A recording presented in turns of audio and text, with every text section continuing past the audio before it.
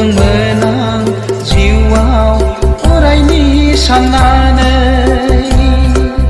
बै थागैयै जारिमिन जिउआव गेलेनांबायदिनो हाजासे दुखुनि भावथिना